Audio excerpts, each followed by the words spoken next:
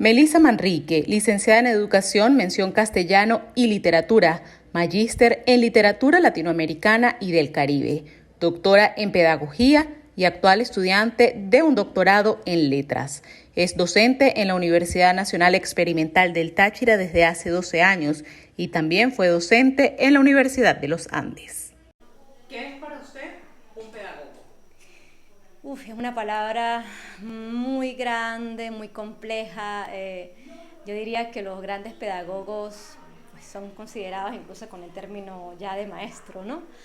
Pero bueno, un pedagogo en general es un profesional que debe contar con las competencias, por lo menos básicas, para desarrollar su proceso de enseñanza-aprendizaje de manera efectiva y sobre todo pensando en que el estudiante es el centro de este proceso y que el fin último, en cierto modo, es que estos adquieran aprendizajes significativos.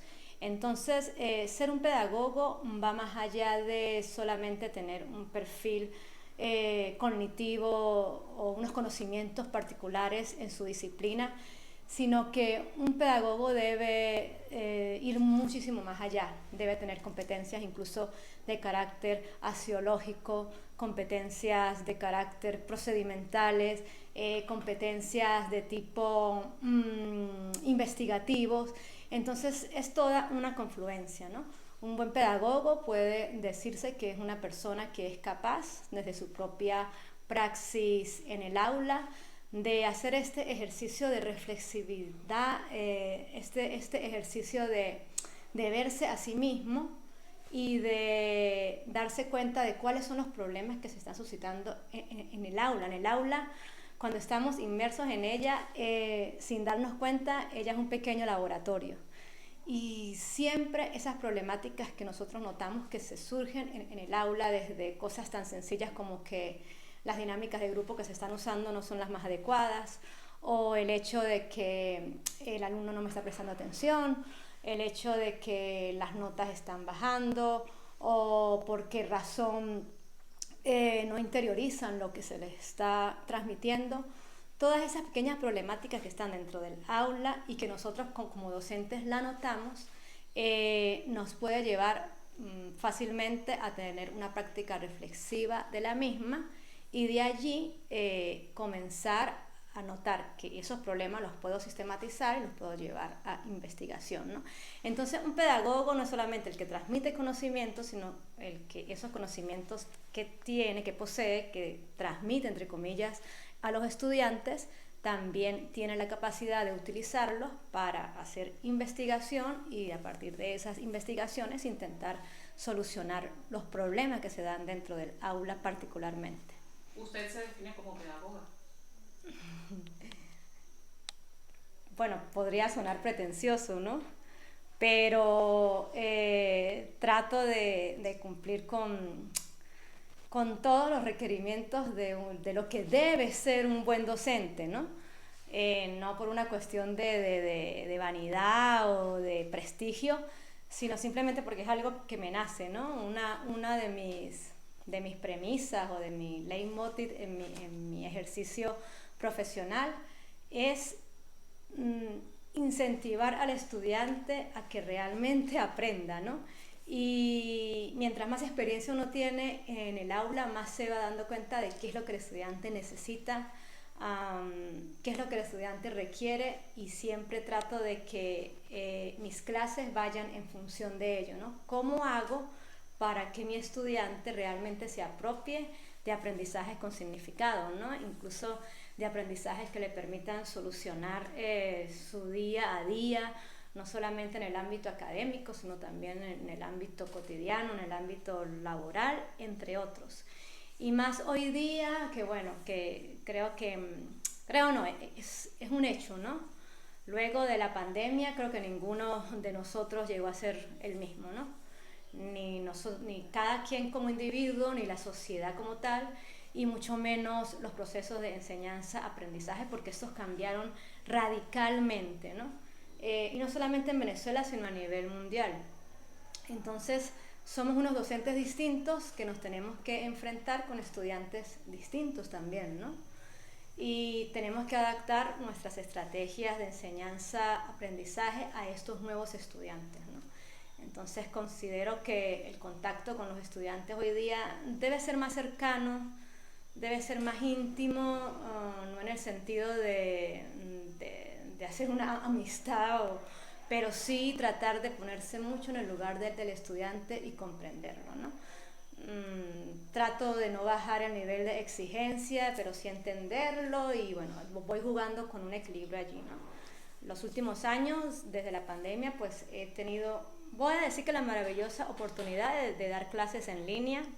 Ya había tenido también una formación previa para ser docente virtual y me di cuenta de muchas cosas y muchos cambios que el estudiante ha tenido en estos últimos años, sobre todo en la docencia virtual, ¿no?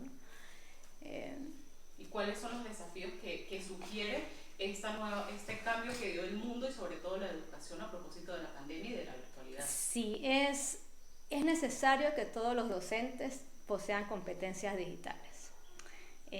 Digamos que hace años nos resistíamos, incluso yo me resistía a ello, ¿no? Para mí el contacto con el estudiante face to face, cara a cara, en el espacio del aula, estar con ellos, escucharlos, aprender de ellos, incluso reírme con ellos, es algo muy significativo y que llena mucho, ¿no? Eso sí es una cosa que va a ser irreemplazable.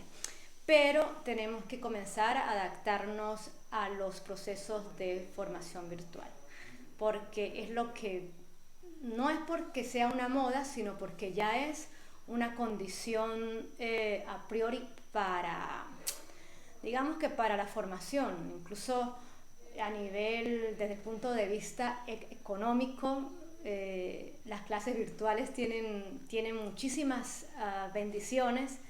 El hecho de que no te tengas que trasladar, el hecho de que estés en tu casa cómodamente, el hecho de que incluso puedas estar en tu casa, recibir una formación y no necesariamente tengas ni siquiera que cambiarte de ropa, si no quieres prender la cámara no la prendes, pero bueno, todas estas cosas que parecieran nimiedades influyen notablemente en las ventajas que tiene la formación virtual, ¿no? Ser un formador virtual o ser un docente virtual o un asesor virtual, como se le quiera llamar, o un facilitador virtual, necesita realmente de una formación seria y sistematizada. He tenido experiencias de formación virtual, o sea, donde yo soy la estudiante y de verdad que veo muchísimas deficiencias en los docentes al no saber traspasar esa línea de lo presencial a lo virtual, cuando son dos espacios sumamente distintos en los que hay que tener competencias específicas para saber dar una clase, ¿no? Entonces creo que eso es un reto que nos tenemos que imponer los docentes hoy día, más que como una formación complementaria, como una formación obligatoria. Además de la formación, la virtualidad o para poder ser formador virtual, ¿qué otras características considera que debe tener un educador o un buen educador? Bueno, un buen docente, en primer lugar, debe manejar su área disciplinar, ¿no? Eso es lo más básico, ¿no? Un docente que no maneja su área disciplinar, pues no podría llamarlo competente ni siquiera para que pueda transmitir una información, ¿no? En segundo lugar, un docente debe, bueno, también depende del área, ¿no? Pero en el contexto universitario, un docente debe poseer experiencias investigativas. Siempre yo doy clases actualmente en una universidad de México, en línea obviamente, y doy una materia que se llama Epistemología y Filosofía de la Educación. En cierta medida tiene que ver con metodología, ¿no? Y con investigación. Y algo que les digo a los estudiantes es el hecho de que por lo general los docentes nos quedamos en devaneos y solamente en críticas hacia lo que sucede en el aula, qué es lo que se está haciendo, si algo se está haciendo mal, criticamos, hacemos conjeturas, pero no se sistematiza. Entonces, incluso eso es una de las grandes desventajas que dentro de los estudios pedagógicos y educativos aún persiste, ¿no? Y es lo que le resta ese carácter de cientificidad aún a las investigaciones en esta área, ¿no? El hecho de que nos quedamos en conjeturas, pero no sistematizamos realmente los problemas que se suscitan en estas áreas y que solamente intentando, quizás no resolverlos, pero sí analizarlos, podría ser de gran ayuda para la mejora de los procesos de enseñanza-aprendizaje, bueno, en Venezuela particularmente y bueno, a nivel mundial, ¿no? Entonces, un docente también debe ser y asumir en el contexto universitario su rol de investigador. Un docente universitario también debe entrar en contacto siempre con las comunidades, ¿no? No quedarse solamente en su parcela académica, porque a veces pues nos quedamos allí estancados y no reconocemos que hay otros problemas que persisten en la calle, en nuestras comunidades, en cualquier espacio, ¿no? Y eso tiene que ver mucho también con el trabajo de extensión, ¿no? Particularmente creo que esa es una de mis, voy a llamarle, de mis falencias, ¿no? El hecho de que a veces me quedo más en la academia y no tengo una interacción más cercana con mi espacio y con mi entorno, ¿no? Quizás el mismo hecho de a veces ser tan lectora y me quedo más en estos espacios de la academia, docencia, investigación y descuido la extensión, pero es sumamente importante y admiro a los profesores que tienen esa carisma para tener más contacto con las comunidades. Usted tuviese la responsabilidad de formar en un periodo a pedagogos, ¿en qué es lo que haríamos énfasis? Entre todas las características que debería tener un pedagogo, ¿en qué haría? O sea, teóricamente, bueno, considero primero que rompamos el esquema del docente como centro, ¿no? Y enfatizar más en el estudiante como realmente pues el centro del proceso de enseñanza-aprendizaje, ¿no? El estudiante es realmente el protagonista, es realmente al que necesitamos formar, ¿no?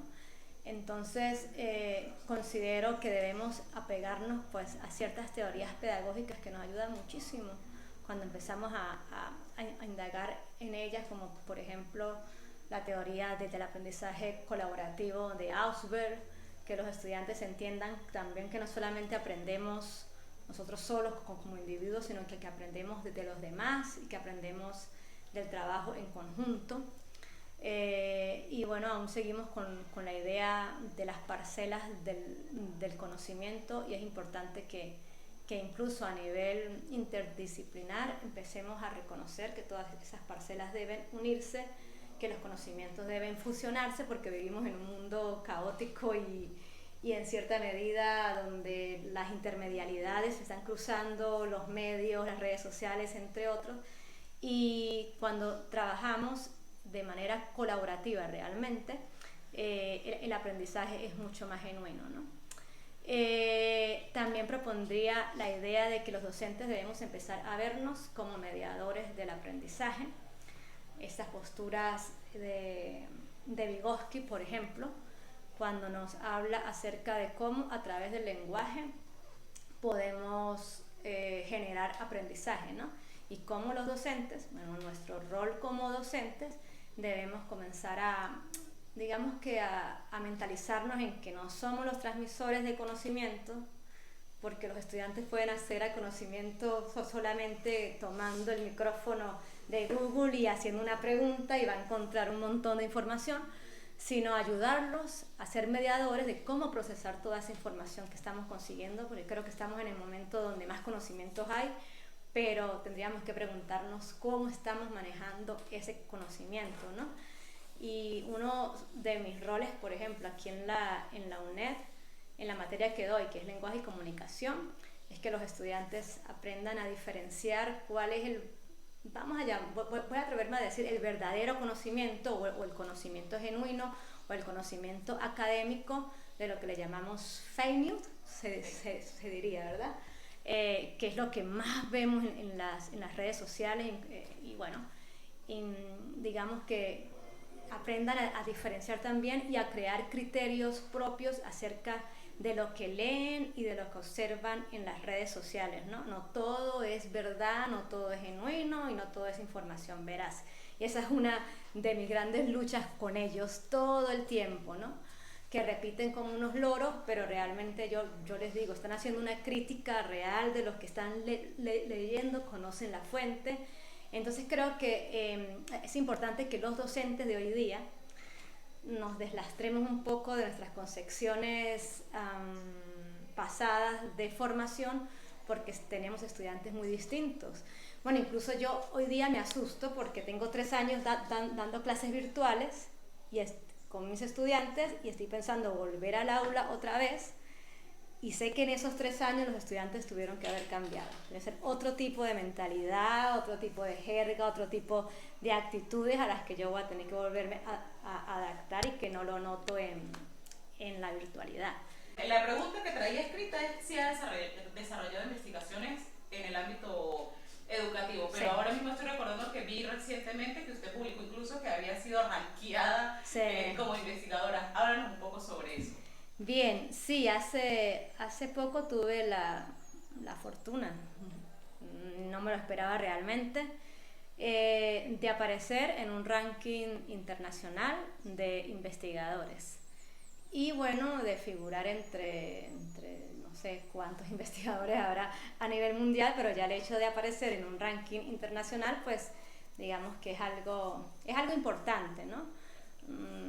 Algo importante no en un sentido monetario, porque no me va a dejar dinero ni me dieron un premio en metálico, pero sí es una satisfacción personal, ¿no? El hecho de que tú veas que tu trabajo y lo que has publicado y en revistas especializadas ha tenido cierta trascendencia, porque son estándares que se miden a partir de quienes te han citado, y me imagino que desde Google y todas estas aplicaciones el algoritmo hace una especie de medición, y bueno, ubica a los investigadores que más han sido citados y que más han sido utilizados para hacer trabajos, ¿no? Entonces, bueno, fue una gran noticia, fue una grata noticia el hecho de que toda mi formación, tanto en el área pedagógica como en el área literaria, incluso en el área de la lengua, pues ha tenido resultados, y sobre todo que le ha servido a otros investigadores para apoyarse en las investigaciones mías, ¿no? ¿Cuáles han sido esas investigaciones? O por lo menos las más recientes. Bien, las más recientes tuvieron que ver justamente con el doctorado en pedagogía que estás realizando, con mi tesis doctoral. Mi tesis doctoral tenía que ver con cómo era la formación de las prácticas de enseñanza de los docentes, específicamente en el área de la escritura académica. Entonces, pues la investigación la apliqué a unos docentes de la UNED, y todo iba pues en torno, repito, a cómo era su formación en el área de lengua, pues específicamente en la escritura académica. Y los artículos que publiqué en estos últimos años versaban en ellos, ¿no? Algunos específicamente tomaba alguna categoría que estaba trabajando. Por ejemplo, hay un trabajo que tenía que ver solo con el uso de las tecnologías para enseñar escritura académica, otro trabajo que tenía que ver con la formación específica de los docentes en el área de la escritura académica. El caso es que pues fueron investigaciones producto de mi tesis doctoral, y es una de las cosas también que le digo a todos los que sé que están haciendo doctorados o estudios de posgrado: no dejen la tesis allí detenida, porque eso es un esfuerzo de años, es realmente un proceso de sistematización que particularmente me fue satisfactorio en el sentido de que tu percepción cambia, tú sientes que hubo, así suene vanidoso, que hubo vamos a decir que se aumentó tu nivel cognitivo, y comienzas a ver todo de manera distinta y ya está mucho más sencilla, ¿no? Entonces, el hecho de que puedas aprovechar ese trabajo en el que tanto esfuerzo hiciste, tantas horas de lectura, una tesis doctoral requiere de muchísima lectura, de muchísimas fuentes, de hacer comparaciones, de hacer inferencias, de hacer analogías, de tener la capacidad de sintetizar, de tener la capacidad de complementar, ya lo vas a vivir. Realmente la satisfacción personal es que me ayudó a elevar cognitivamente mi pensamiento, y bueno, el hecho de que yo pueda divulgar parte de los resultados de esa investigación en la que tantos años dediqué, pues creo que es realmente la satisfacción, no es ni siquiera el título, ¿no? Actualmente estoy haciendo un doctorado en letras, no sé si esto lo vas a decir, pero bueno, que es el doctorado que realmente quería hacer en principio. Y bueno, sin querer queriendo, pues suelo ser más crítica, suelo ser algunas de las cosas que nos mandan me parecen más sencillas, y lo vas a notar cuando logres pasar ese nivel de hacer una tesis doctoral.